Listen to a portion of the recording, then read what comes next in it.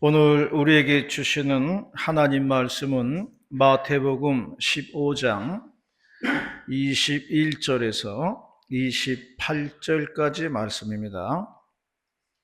마태복음 15장 21절에서 28절 말씀 한 절씩 교독을 하시겠습니다. 예수께서 거기서 나가사 두로와 시돈 지방으로 들어가시니 가난한 여자 하나가 그 지경에서 나와서 소리를 지르는데 주 나의 제자들이여 나를 불쌍히 여기소서 내 딸이 중환자에 있으니 얼마나. 예수는 한 말씀도 대답하지 아니하시니 제자들이 와서 청하여 말하되 그 여자가 우리 뒤에서 소리를 지르오니 그를 보내소서. 예수께서 대답하여 가라사대 나는 이스라엘 열심에 너를 위한 외에는 다른 데로 보내심을 받지 아니하노라 하시되 여자가 와서 예수께 절하며 이르되 주여 저를 도우소서. 대답하여 가라사대 자네의 떡을 취하여 개들에게 던지지 마땅치 아니하노라.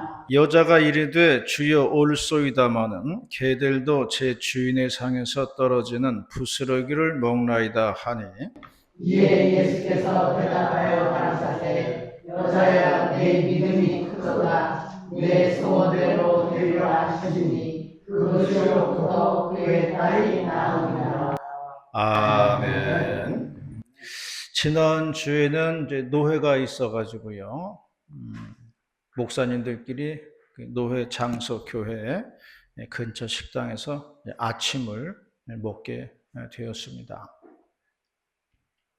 아침인지라 밥이 잘 안 먹히잖아요. 그래서 이제 공깃밥을 한 숟가락 정도 이렇게 남기게 되었습니다. 보니까 나이 드신 분들은 그렇게 다 못 잡수고 좀 남기더라고요. 그래서 제가 이제 그런 말을 했어요. 우리 교회에 이제 효부상을 받은 권사님이 계신데 옛날에 그 시부모를 모실 때에 그 시아버지가 식사하실 때에 꼭 밥을 꼭 이렇게 한 숟가락 남기시더라. 그런 말씀을 하시더라. 그런 얘기를 했어요. 그랬더니 주변에서 말하기를요. 그거 다 이유가 있다는 겁니다. 그래서 아니 그 무슨 이유냐고 물어봤더니 그게 옛날에 양반들 식사 습관이라는 거예요. 옛날 조선시대 정도 되면요. 양반이 있고 하인이 있었습니다. 그러면은 양반이 식사를 하고 밥을 조금 남겨 놓으면요. 그거 걷어가지고 하인들이 먹은 거예요. 요즘에는 뭐 상상할 수 없지만은 조선시대 생각하면은 충분히 그럴 수 있다는 생각이 들어요. 그러니까 시아버지도요. 아마 어릴 적부터 보아왔던 그런 식사 습관이었다고 생각을 하게 되더라고요. 그런 게 있으셨을 거예요, 아마. 그래서 밥 먹으면서 그거 하나 배우게 되었습니다. 오늘 본문의 말씀은 가나안 여인의 믿음이에요. 이방 여인임에도 불구하고 예수님께서 주시는 부스러기 은혜를 받기를 원하는 그런 가나안 여인의 믿음입니다. 오늘 주시는 본문을 통해서 10월달 마지막 주일에 주시는 하나님 말씀 듣도록 하겠습니다. 첫 번째로는 가나안 여인은 포기하지 않는 믿음을 가졌다는 것이에요. 23절입니다. 23절 말씀 시작. 예수는 한 말씀도 대답지 아니하시니 제자들이 와서 청하여 말하되 그 여자가 우리 뒤에서 소리를 지르오니 보내소서. 예수님께서 두로와 시돈 지방으로 가셨다고 했습니다. 이방 지역에 가셨다는 것인데요. 거기서 이방 여인을 만나셨습니다. 마가복음에도 같은 본문이 나오고 있습니다만 거기에서는 수로보니게 여인이다 그렇게 기록이 되어 있어요. 어쨌든 마찬가지로 이방 여인이라는 뜻입니다. 그 여인이 예수님한테 나와가지고 간청을 하는 거예요. 자신의 딸이 귀신 들려 병이 들었는데 고쳐달라는 것이었습니다. 그런데 예수님은 여인의 요청에 대해서 침묵을 하셨다고 그랬어요. 그러자 이번에는 제자들이 나섰습니다. 제자들이 뭐라 그러냐면은 지금 여인이 우리 뒤에서 소리를 지르오니 그를 보내소서라고 말을 했다는 거예요. 그를 보내라는 말은 언뜻 그냥 뭐 쫓아보내라는 말인 것 같지만은 다르게 해석을 해보면 문제를 해결해 줘가지고 그냥 조용히 돌려보내자는 그런 말이에요. 지금 시끄럽게 하니까 문제 풀어줘가지고 그냥 조용히 돌려보냅시다 이런 이야기예요. 그때 예수님의 대답은 나는 이스라엘 집에 잃어버린 양 외에는 다른 데로 보내심을 받지 아니하였다 그렇게 말씀했어요. 본문은 그럼에도 불구하고 여인이 응답받고 돌아갔다는 그 내용입니다. 여기서 우리는 누가복음에 나오는 간청하는 기도에 대한 말씀을 우리가 볼 수가 있는데요. 어느 동네에 벗이 있는데 친구가 찾아왔다는 거예요. 그래서 밤중에 자기 아는 데 가가지고 떡 3덩이를 달라고 요청을 했다는 거예요.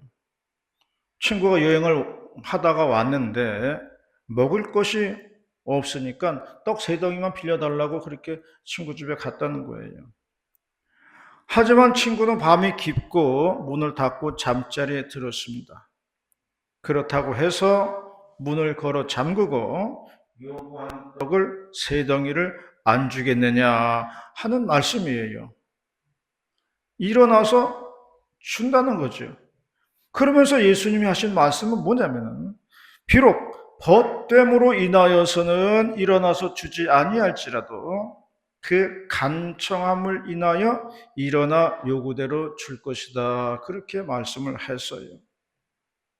그러면서 이어지는 말씀이 나오는데 구하라 그러면 너희에게 주실 것이요 찾으라 그러면 찾아낼 것이요 문을 두드리라 그러면 너희에게 열릴 것이다 그렇게 말씀을 하셨습니다. 간청하는 기도에는요 2가지가 있어야 됩니다. 첫째는 절박함이 있어야 돼요. 절박한 마음이 있어야 간청을 하게 되어 있는 거예요. 둘째는 포기함이 없어야 됩니다. 절박함이 있고 포기하지 않을 때에 우리가 간청하는 기도를 드릴 수가 있습니다. 가나안 여인에게는 귀신 들려서 병이 든 딸이 있었습니다. 딸을 살려야 한다는 절박함이 있었어요. 그리고 딸을 사랑하는 마음 때문에 포기가 안 되는 겁니다.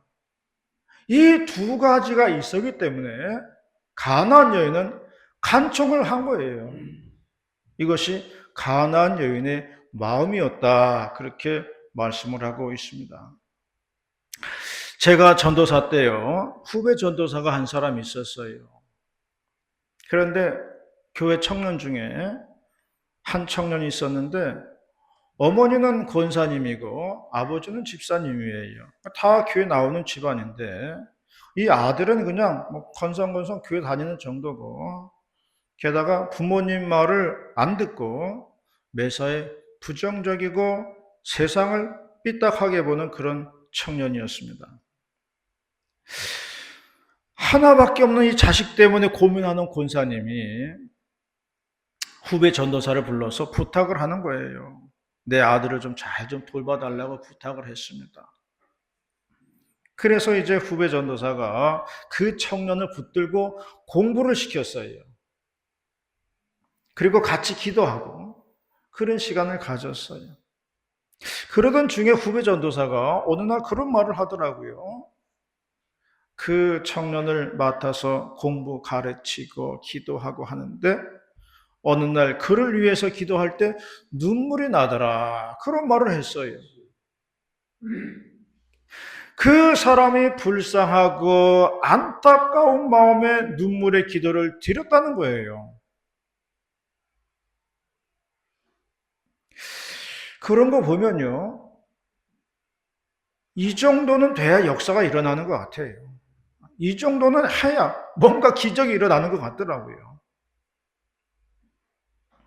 그런 뒤에 이 청년의 삶에 놀라운 변화가 일어났어요. 뭐냐면 이 청년이 어느 날 꿈을 꾸었어요. 엄청난 공포스러운 꿈을 꾸었다는 거예요. 그러면서 생각하기를, 야, 이러다가 내가 죽을 수도 있겠구나. 그런 생각이 들었다는 거예요. 보니까 한동안 공포감에 휩싸여가지고 그렇게 있더라고요. 그때부터 사람이 고분고분해지고 행동도 달라지는 것을 보았습니다. 그러다가 공부를 하고 이제 신학교에 들어가는 것을 보게 되었습니다. 가족들이나 주변에서 볼 때 놀라운 변화를 보게 된 것이지요. 간청하는 기도가 사람을 변화시킨다는 것을 말씀해 주고 있습니다. 간청하는 기도가 한 사람의 인생을 바꿀 수 있다는 거예요. 그러므로 우리가 이러한 기도를 해야 할 줄로 믿습니다. 가나안 여인의 포기하지 않는 믿음이 딸을 구했다는 거예요. 우리도 기도할 때에 포기하지 말고 구하고 찾고 두드리는 우리 모두가 다 되시기를 바라겠습니다. 두 번째로 말씀하는 것은요. 하나님의 은혜에는 등급이 없다는 것이에요. 하나님의 은혜에는 등급이 없다 말씀했습니다. 27절 말씀입니다. 27절 시작. 내가 그때 주여 소리나마는 게으르고 제 주인의 상에서 떨어지는 부스러기를 먹나이다 하니. 우여곡절 끝에 가나안 여인이 예수님 앞에 오게 되었습니다. 예수님께 절하면서 주여 저를 도우소서 말했어요. 그런데 예수님의 대답은 자녀의 떡을 취하여 개들에게 던지는 것이 마땅치 않다. 그렇게 말씀하셨어요. 이 거절이라는 거예요. 거절이에요. 그러자 또 여인이 말을 합니다. 주여 옳소이다마는 개들도 제 주인의 상에서 떨어지는 부스러기를 먹나이다 라고 대답을 하였습니다. 그러므로 여인의 마음은요, 주인집 자식들이 먹는 음식을 기대하지는 않겠다는 거예요. 그 상에서 남은 음식으로도 충분하다는 겁니다. 하나님이 주시는 부스러기 은혜로도 충분하다는 얘기를 하는 거예요. 그것만 받으면은 내 인생의 모든 문제가 해결될 거라는 걸 말씀해 주고 있는 거예요. 그러므로 하나님의 은혜는요, 등급이 없다는 거예요. 상에 있는 음식이나 떨어지는 부스러기 은혜나 하나님의 은혜와 응답은 차별이 없어요. 다 똑같은 등급이라는 거예요. 정육점에서 파는 고기는 등급이 있습니다. 1등급이 있고 2등급이 있어요. 우리 집의 냉장고도 보면요, 1등급이 있고 2등급이 있어요. 표시가 있습니다. 냉장고 기사가 와서 말해주기를 1등급 제품과 2등급 제품은 전혀 다른 제품입니다 라고 말을 하더라고요. 외형은 똑같아요. 그러나 등급이 다르면 다른 제품이라는 거예요. 세상의 모든 제품에는 등급이 매겨져 있습니다.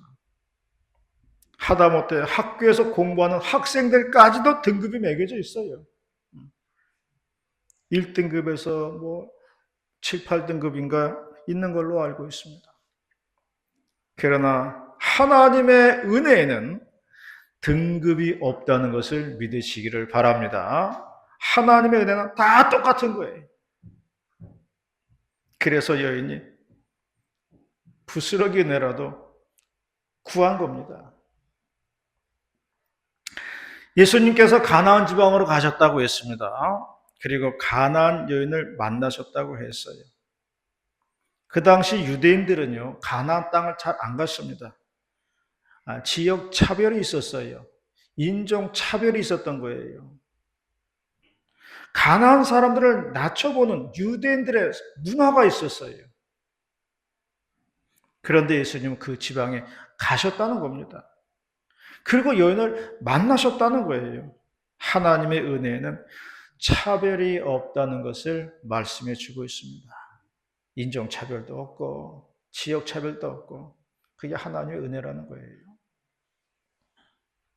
신약에 보면요, 주인이 먼 길을 떠나면서 하인들에게 달란트를 맡기고 떠납니다.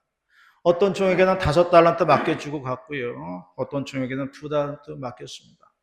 그리고 마지막 종에게는 1달란트 맡기고 떠났습니다. 집주인이 돌아와서 계수를 합니다. 5달란트 받은 종은 5개 남겨드렸어요. 2달란트 받은 종도 2달란트 남겨드렸어요. 그런데 1달란트 받은 종은 땅 속에다가 묻어 두었다가 그대로 드렸다는 겁니다. 그때 주인이 하신 말씀이 악하고 게으른 종이라고 말을 했어요. 땅 속에 묻어둘 게 아니라 은행에 맡겨 두었으면 이자라도 받았을 거 아니냐, 그런 말씀을 했다는 거예요. 여기서 우리는 감사할 줄 모르는 마지막 종을 보게 되는 겁니다. 1달란트 받은 것을 감사하지를 못했어요. 남들이 받은 것을 보니까 내가 받은 건 너무 작은 거예요. 차별을 받는다고 생각을 했어요. 그래서 소홀하게 생각을 한 겁니다. 그래서 그냥 땅속에 묻어두었다가 주인에게 꺼내 드렸다는 이야기예요.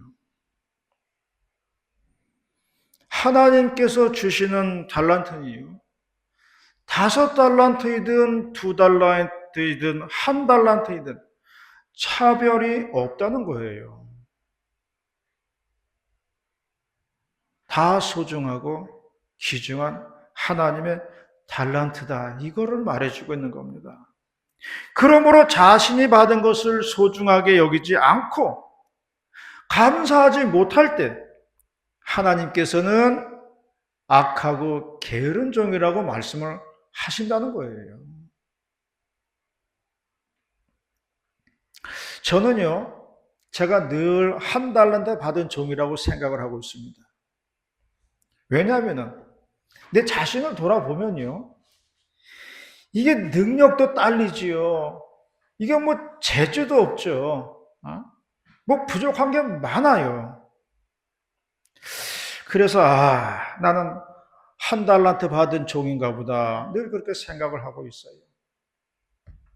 하지만 저는요, 주님이 주신 그 1달란트가 소중하다는 것은 아는 사람이에요. 5개든 2개든 1개든 주님이 주신 것은 다 똑같이 소중하다는 것을 아는 사람이에요. 그것만은 알아요. 그래서 그 마음으로 감사하면서 섬기는 것입니다. 그런 마음가짐으로 충성을 할 때에 하나님은 온갖 하늘의 축복으로 채워주신다는 것을 믿으시기를 바랍니다. 가나안 여인은 주인집 상에서 떨어지는 부스러기를 먹는 심정으로 하나님의 은혜를 구했습니다. 하나님의 은혜는 차별이 없다는 것을 알았던 것입니다. 다 똑같은 하나님의 은혜요, 다 똑같은 하나님의 응답이라는 거예요. 우리 모두 다 이러한 하나님의 사랑을 받는 우리 모두가 다 되시기를 바라겠습니다. 마지막 세 번째로 말씀하는 것은 하나님은 여인의 믿음이 크다고 말씀을 하셨습니다. 26절 말씀입니다. 26절 시작. 대답하여 가사대 자기의 떡을 취하여 그에게 던짐이 마땅치 아니하니라. 다른 성경에 보면요, 너의 믿음이 장하다 그렇게도 표현되어 있어요. 믿음이 크다는 말은 뭐 어려운 말은 아니에요. 그러면 왜 큰 믿음이 필요한가? 오늘 본문은 왜 큰 믿음이 필요한가를 말해주고 있어요. 가장 중요한 건요, 어머니의 그 큰 믿음으로 딸을 낳게 했다는 거예요. 딸을 고친 것은 어머니의 큰 믿음이 있었기 때문이라는 겁니다. 그래서 우리가 왜 큰 믿음을 가져야 하는가를 여기서 알 수가 있는 거예요. 물론 자신의 믿음을 고백해가지고 병고침 받는 그런 경우도 있어요.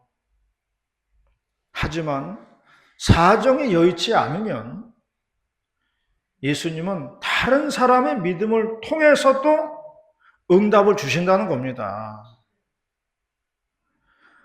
들것에 실려온 중풍병자, 예수님이 고쳐주실 때에 저희들의 믿음을 보시고 고쳐주셨다 말씀을 했습니다. 들것을 들고 온 친구들의 믿음으로 중풍병이 나았다는 얘기예요. 그러므로 우리의 믿음은요, 나 하나로 끝나는 게 아니라는 거예요. 우리의 믿음은 내 가족의 믿음이 되는 거고요. 나의 믿음은 우리 교회의 믿음이 되는 거예요. 나 하나의 믿음이 나 하나로 끝난다고 생각을 하면 안 돼요.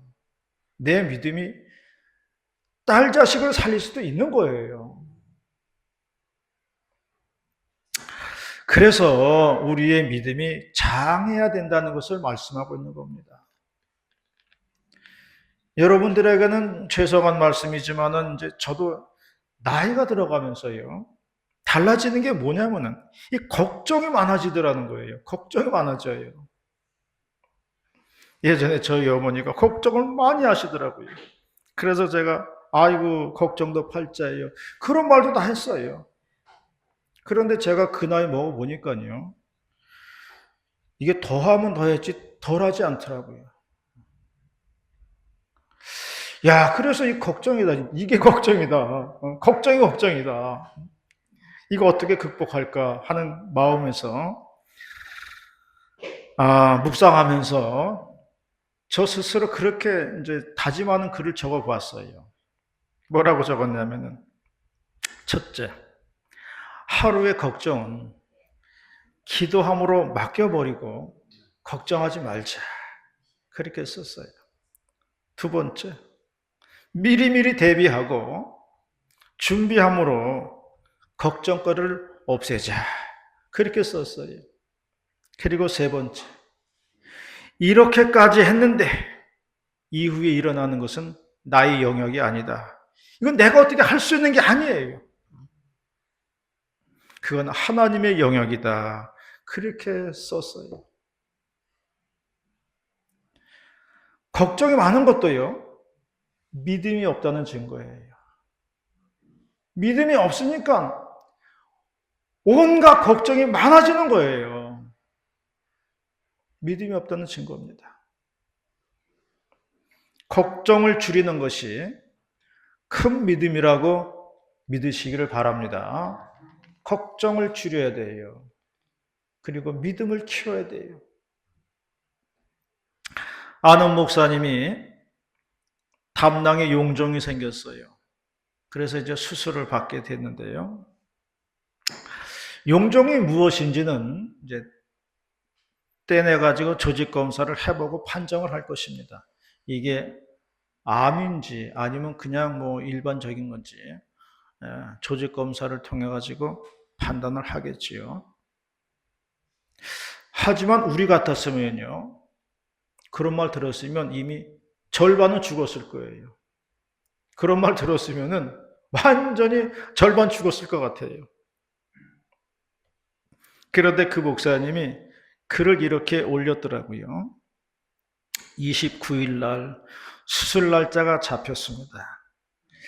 그러나 어떻게 인도하시든지 하나님이 함께 하시니 평안하고 감사합니다. 그렇게 글을 남겼어요. 어떤 위기 속에서도 평안하고 감사할 수 있는 것은 주님이 나와 함께함을 믿기 때문입니다. 고난 중에도 함께 하시고 병 중에도 함께 하시고 내 삶에 함께 하심을 믿는 것입니다. 그럴 때 우리는 평안하고 감사할 수가 있는 것입니다. 너희는 마음에 걱정하지 말라. 하나님을 믿으니 나를 믿으라고 했습니다. 큰 믿음으로 사시는 저와 여러분이 다 되시기를 축원합니다. 기도하겠습니다. 하나님 아버지 감사 찬송 올려드립니다. 오늘도 10월달 마지막 주일에 귀한 말씀 내려주셔서 감사드리옵나이다. 큰 믿음 가질 수 있도록 도와주시옵시고 걱정거리를 다 내려놓을 수 있도록 인도하시고 역사하여 주시옵소서. 그래서 걱정하는 성도가 아니라 큰 믿음을 갖는 장한 믿음을 갖는 성도들이 다 될 수 있도록 인도하시고 역사해 주시옵소서. 할렐루야 감사드리며 거룩하신 예수님의 이름으로 기도 올리옵나이다. 아멘.